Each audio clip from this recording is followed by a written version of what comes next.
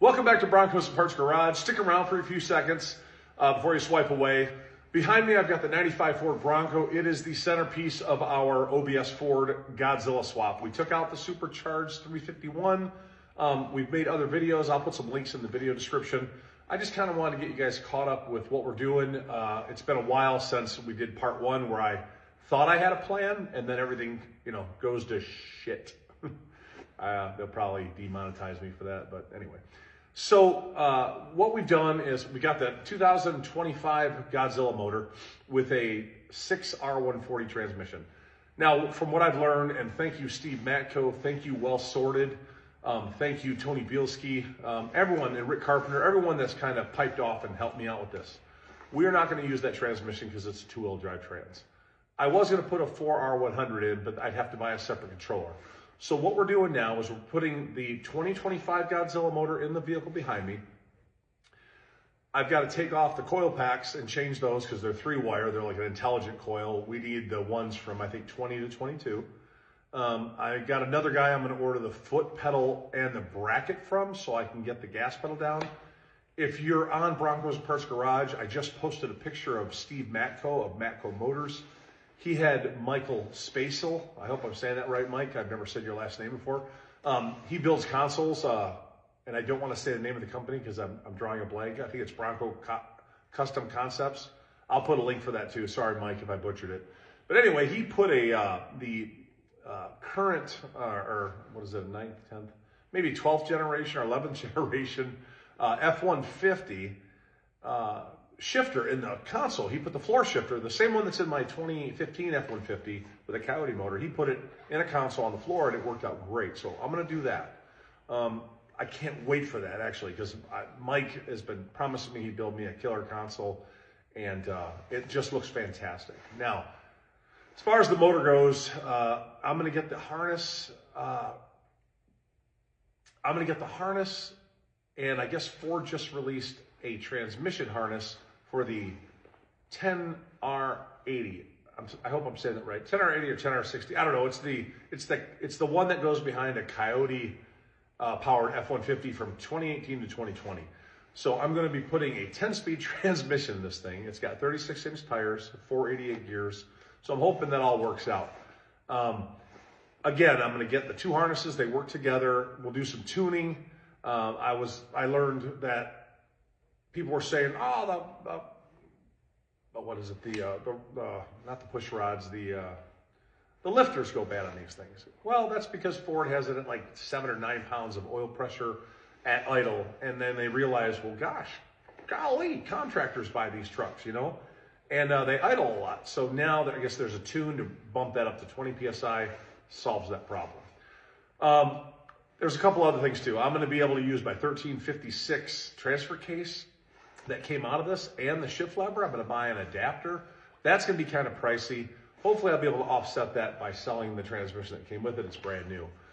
So if you know anyone that needs a, what is it I have there? It's a 6R140 two-wheel drive out of a box truck or whatever, two-wheel drive Super Duty. I am selling that. That'll offset some of the costs here. But the harnesses are expensive. I've got the outline laid out. I actually went today and bought a 4x8 dry erase board to pop on the wall so we can keep track of everything and keep on task. I keep saying a lot. Sorry about that. It's late. It's cold here. I got my jacket on. I have to turn the heater off so you guys can hear me. I don't want to be long-winded, so just stick around, man. If you haven't been following the build, follow it. We've done all the prep work now. It's simple stuff, but if you want to do it right, we're doing it like 80% right. I bought this truck in 2022 and it had rust around the rear quarters and the fenders. We threw those fender flares on, it was fine. I never really drove it in the wintertime. I really hardly ever drove it anyway because I had Grand Nationals and Mustangs and all my other crap that I collect and play with. But the rear sill rusted, where the bottom of the tailgate attaches to the body, that rusted out. And we had to go in there and literally gut that. Like Josh got in there and was just grinding, chiseling. So we've got all the bad metal taken out, I think. And what we're going to do now is we're actually going to pour 15 the hell out of it. I mean, just do whatever we can to encapsulate that rust and stop it as best we can. Usually when these rear sills go out, rear sills go out, I part up the trucks. I mean, I don't want to take the bed sides off. Guys put like bed frames or angle iron. That's all crap. You know, it's just Band-Aids. So what we did is, let me see if I can grab them here on my camera. So what we did is we went inside. I went to Alro Steel. I got some 1/8-inch steel plate. So Josh took this, chiseled everything out of the rear sill that's bad. He stenciled this onto a piece of cardboard, and we cut this out. 1/4-inch steel, mild steel. Probably gonna be rusted by the time I get back here, but tomorrow we're gonna kind of, tack it in, and on both sides. And that should give us, I don't know, 5 or 10 more years before all that rust rears its ugly head. Some guys in the comments said, hey man, rust never goes away. You're absolutely correct. And until I get a nicer, holy smokes, until I get a nicer Bronco in here, that's gonna have to do. It's not completely rotted out, but I think we're stopping it and reinforcing it, because you guys know the moment that rots out, when you lower your tailgate, you've seen the lower parts of the bed flare out. Again, I know I'm getting a little long-winded here. Early this morning, I made a list of everything I needed. I stopped by Jeff's Bronco Graveyard. Got to give those guys a shout out. They have this stuff in stock. Call Jeff's Bronco Graveyard if you need anything, guys. I've got 2 fenders for the front.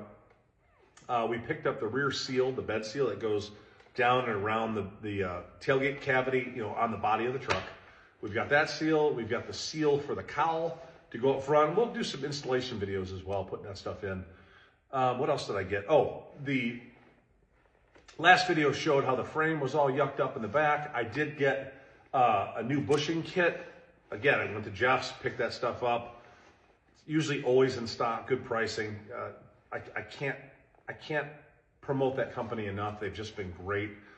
They're informative, they're knowledgeable, they're friendly, and they usually have the stuff in stock. So Jeff's Bronco Graveyard for the win.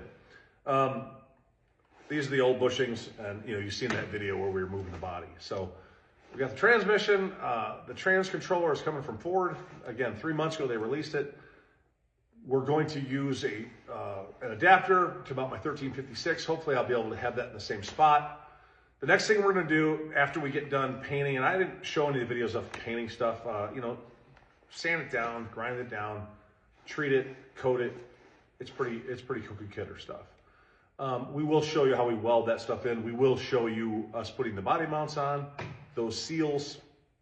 I'm trying to think anything else I forgot. This has a third brake light. I did pick up some more third brake lights. I think that's about it. We're really excited. We're going to start out with this engine. I guess it has 503 horsepower from the factory.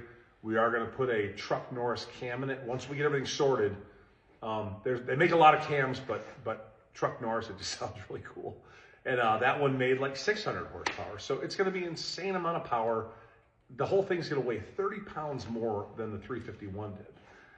If you've been following along, you know that I pulled that supercharged engine out of this. It was a 351 Windsor, Edelbrock heads. I will be selling that motor. I am selling the supercharger. I had it listed for like $3,300 or best offer. No takers, so OBO, you know what I'm saying? But it still produces 5 pounds of boost. You know, it's about 100 horsepower at the crank, at the rear wheels, probably 60. You can feel it. I mean, it was faster than any other 351 Bronco, especially you guys that put the Lightning intakes on. Craig, if you're watching this, that still can beat you. Although Craig has a killer Bronco. And if he's watching, he knows who he is. So I think that's it. I'm gonna stop the camera. I'm gonna show you those rear sills, how they're rotted out, and I'll show you how those plates are gonna fit in. And then I think we're done for the day. The next update you guys will see will be some seals being put on, and I'm going to disconnect the transmission from the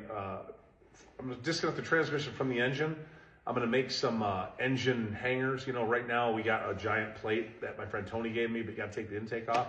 So we're just going to make the loops. They bolt out of the heads.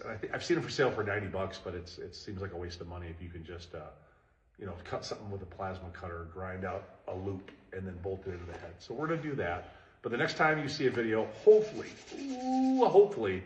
we're swinging that engine in there to test fit it, and we're real excited about that. You guys, this is gonna be a killer summer. I'm gonna beat on this thing like it owes me money. Stick around for a few more seconds. I'll show those plates, and then we'll get out of here. Okay, if you can get a good reference point, you guys can tell this is the driver's rear corner, and that's supposed to be a solid chunk of metal. So that's what we took out of here, and we're going to put that plate over that. So it's going to make 3 contact points across the top and down. I don't want to set this light down, but down. And then on the other side, we have some similar rusty activity. You can see here. And that wasn't there 2 years ago, so it's very, very frustrating. I live in Michigan. I don't even drive this in Michigan. But we're going to coat that really well and go from there. Well, so those are the seals. You can see how we need to do some repair on those. Guys, keep in mind, again, I'm a hobbyist, man. I'm not a trained mechanic. I'm not I don't own a parts store. I sell these used parts like you see here just to pay for this building. I'm a hobbyist like you. If I can do this, you can do it. And while some of the stuff seems tedious, like showing us how to do this or that, if you're taking this on yourself, let's do it together. Watch some of these videos. If you have any questions, put them in the comment section. I don't know, like, subscribe, share, hit the notification bell so you don't miss any of these updates. But really, if I can do it, you can do it. We'll see you next time.